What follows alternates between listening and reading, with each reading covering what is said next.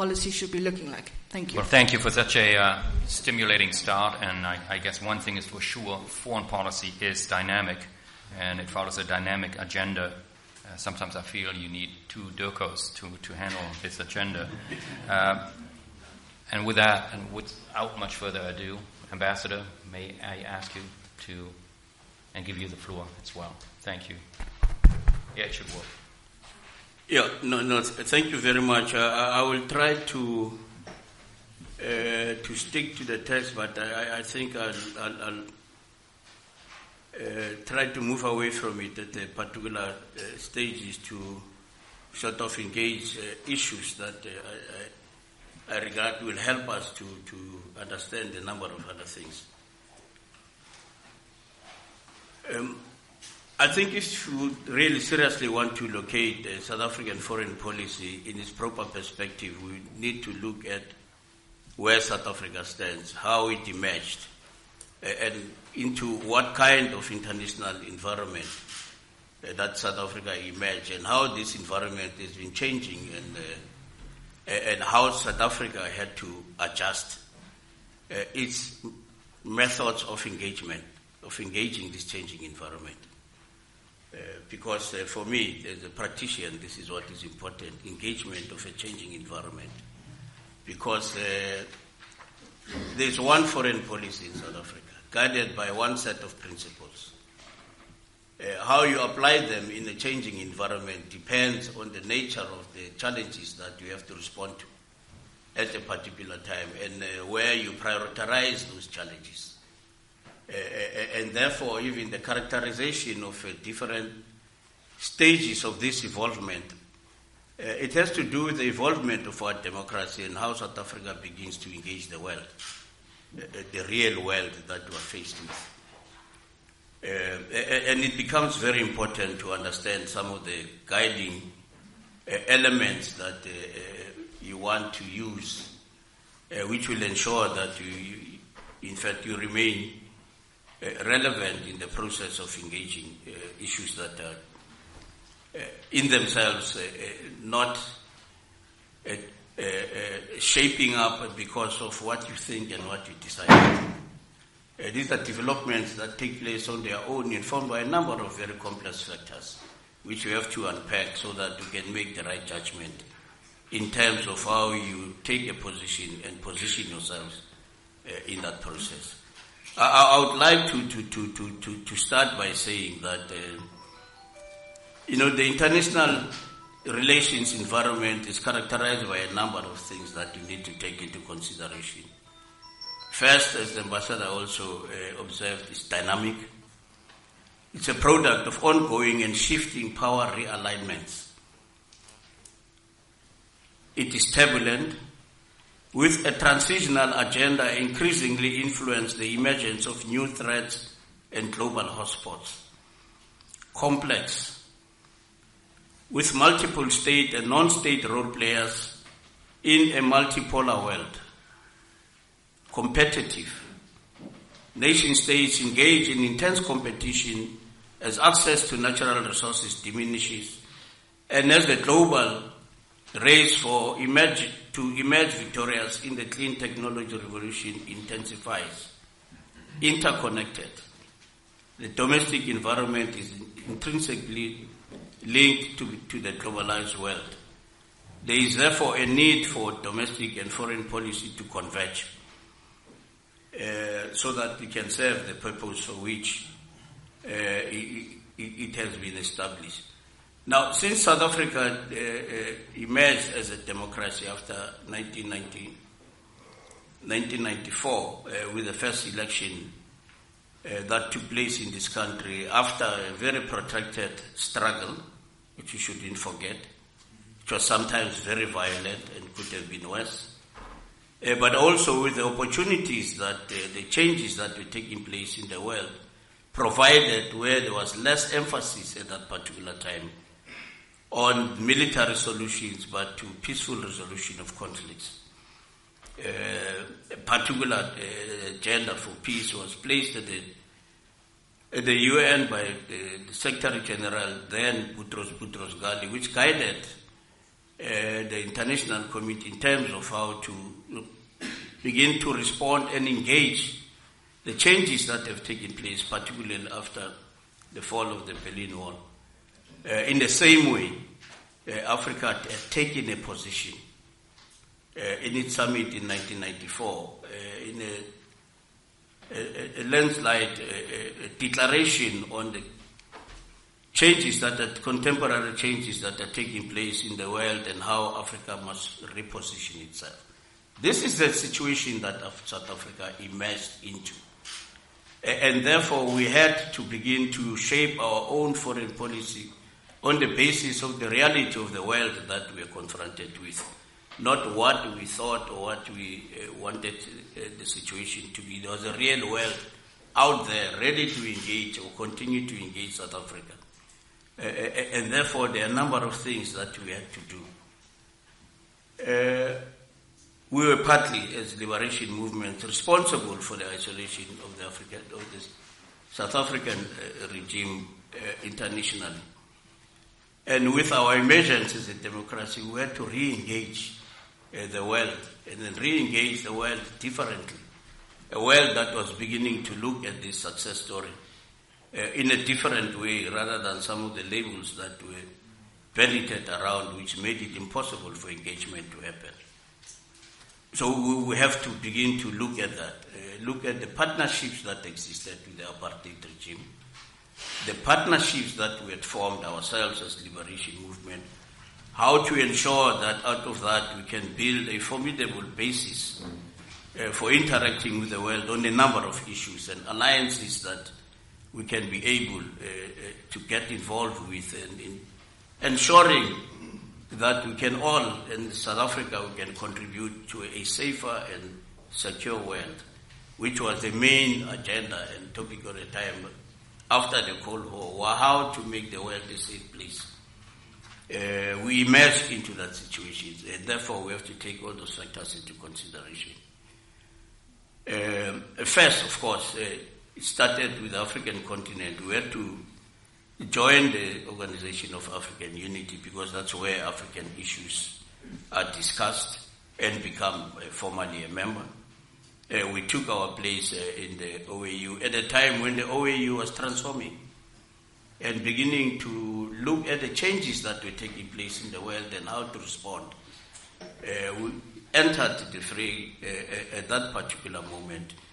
And coming from where we're coming from with the Mandela factor, that's what I want to call it, everybody looked forward towards South Africa playing a particular role.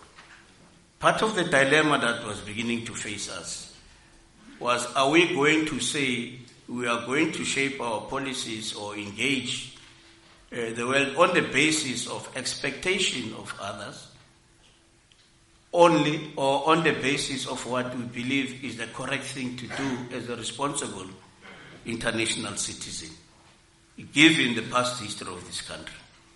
What is the difference that we can be able to make? What are the guiding principles that should help us to do that?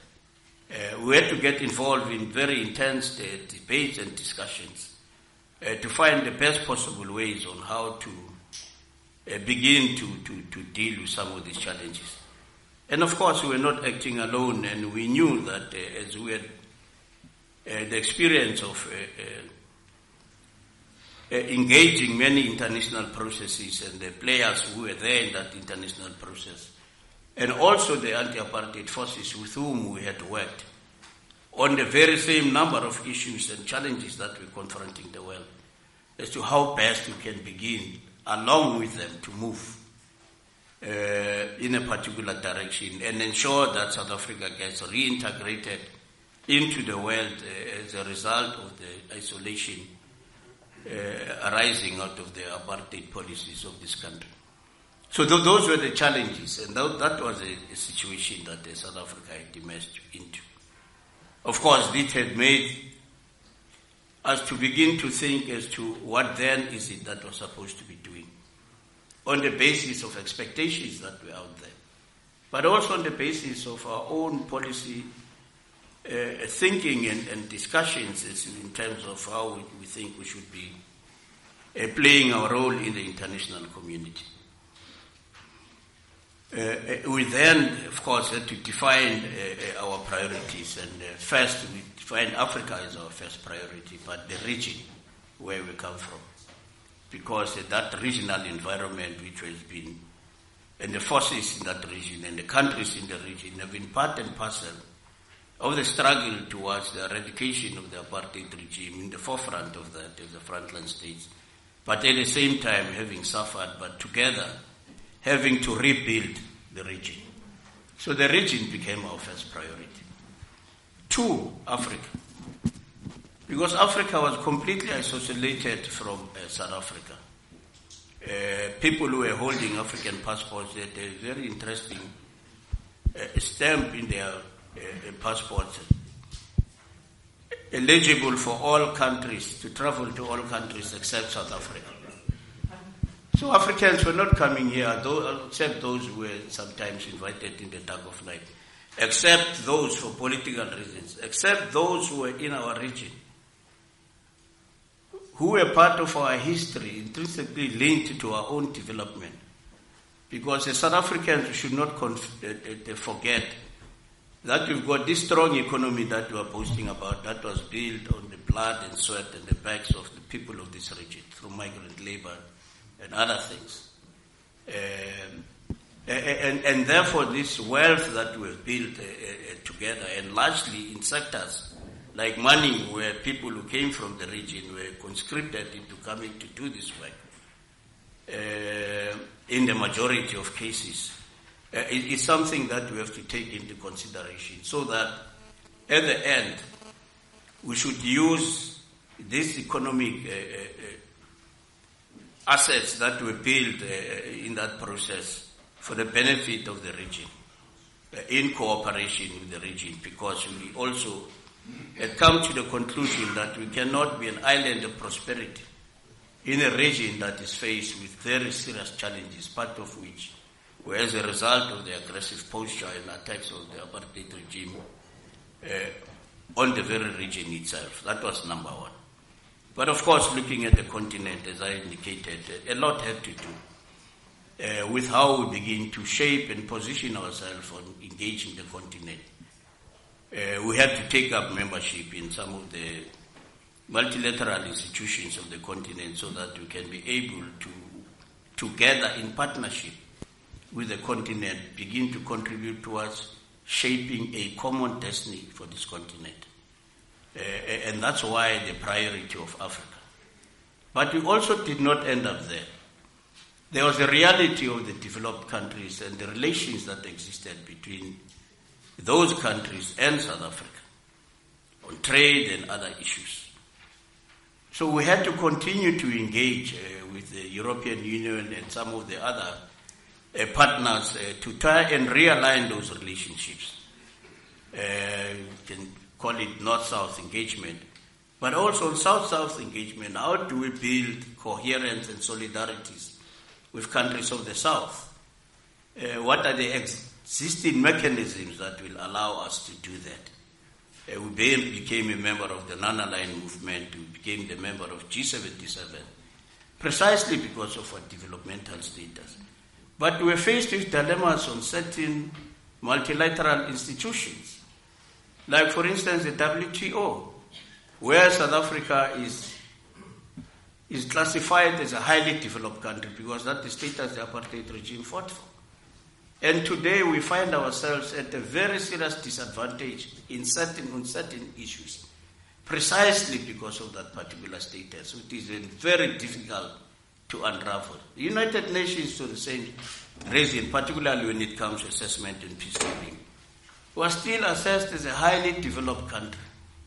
With all the challenges that we have, the only thing that we managed to do was to reverse the debt, or to negotiate for the non-payment of the debt that was accumulated by the boycott of the United Nations by the South African government when it was when it was expelled or suspended from the organs and activities of the United Nations. So there are quite a number of challenges that we have to take into consideration to try and reposition South Africa. So that is the environment in which we emerged. But there were also a number of conflicts that were brewing in the continent. You know, the unraveling of the Cold War, where Africa, for instance, was one of the center stages in which many of those battles were being fought. Serious battles, not just ideologically, but in real terms, and the losses that had taken place, including the negative impact that it had on liberation movements, the divisions, were based on some of the realities of that contemporary situation. But we had to find a ways of realigning and looking at how best we can be able to begin to engage this continent that was emerging and try to move in the same direction as we had declared we wanted to move. And we're in sync with the continent because the continent was beginning to talk about observance of human rights, a number of other issues, which we felt also very strongly about. So there was nothing in contradiction with the continent in terms of the decisions that the continent had taken, but in terms of the challenges and how fast they could move within their national environments to make a difference, and so that all of us can move together. And the issue of the shared values that we're beginning to talk about as a continent brought us very close in the thinking that was beginning to emerge in the continent. And that is why we were able to play those roles that we were able to play. And even in the question of unconstitutional ascendancy to power, which in a sense was triggered by a debate in the OAU about the intervention or the coup that was led by Bob Dinat, famous French, that thing who, at the time when he decided to change governments in the Comoros, there was a serious debate as to what does that mean, and the coups, and the coining of a new phrase and framework of unconstitutional change of governments emerged. And we're part of the leading elements in that debate, which began to unfold, because the following year after that position was adopted, in 1996, we were faced with a serious problem as a continent. On Africa a Day, a coup took place in Sierra Leone. And it brought very close at the very same issues that we're talking about, and the continent took a very stand position, firm position, and we're able to reverse that particular situation. But there were formal positions that have been taken which guide the continent today in terms of what happens if there is a coup.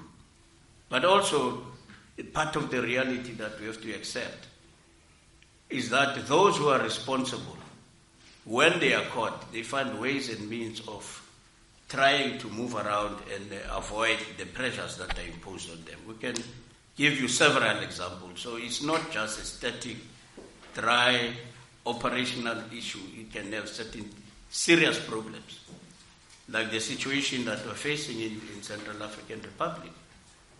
A leader of a rebel group emerged out of negotiations and out of a situation that was an arrangement that was put in place to try and rectify the situation, to bring it back into normality.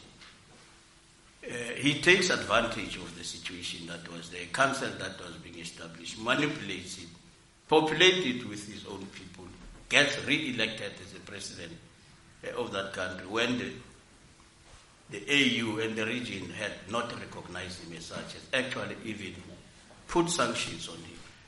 So you have all of these challenges, and this is an environment in which we have to operate. So what I'm trying to say, and by way of conclusion, because the chair has reminded me, 20 years in 15 minutes is not a simple thing to do. So one has got to be general and be broad in terms of certain guiding principles that help us to manage the issues as they arise in a very particular way. But let me say, and I want to repeat what I've stated before because I believe in this thing. that a good foreign policy is not enough to make you engage in a manner that will be consistent in the environment in which you are going to engage in that foreign policy issue, guided by your own principles.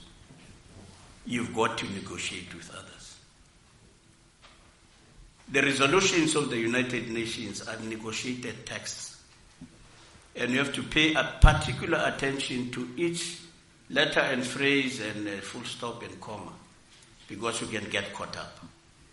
We had to learn that in a bitter way, that you don't just take it easy. It's not an exercise in amending, but it's a need to understand why that particular phrase is being put forward. What does it mean? Because you are in a situation of very highly competitive power play environment. And therefore sometimes, and I agree with Mr. Knight, that we've got a responsibility. Those of us who are practitioners, unfortunately I am no more a civil servant, but I'll continue to articulate some of these things. Because some of us are not yet ready to retire as the law prescribes. But to clarify some of these issues, so that we are all and our own people understand what is being done in their name. And I think South Africans have got all the right to question certain issues, and we also have the responsibility as government, as a DIRCO, to provide all those answers honestly and fairly. Of course, competing with a media that needs headlines and sound bites in order to sell. But I think the responsibility to do what we're doing as we're doing now still lies squarely on us, and we'll have to continue to do so. Thank you very much.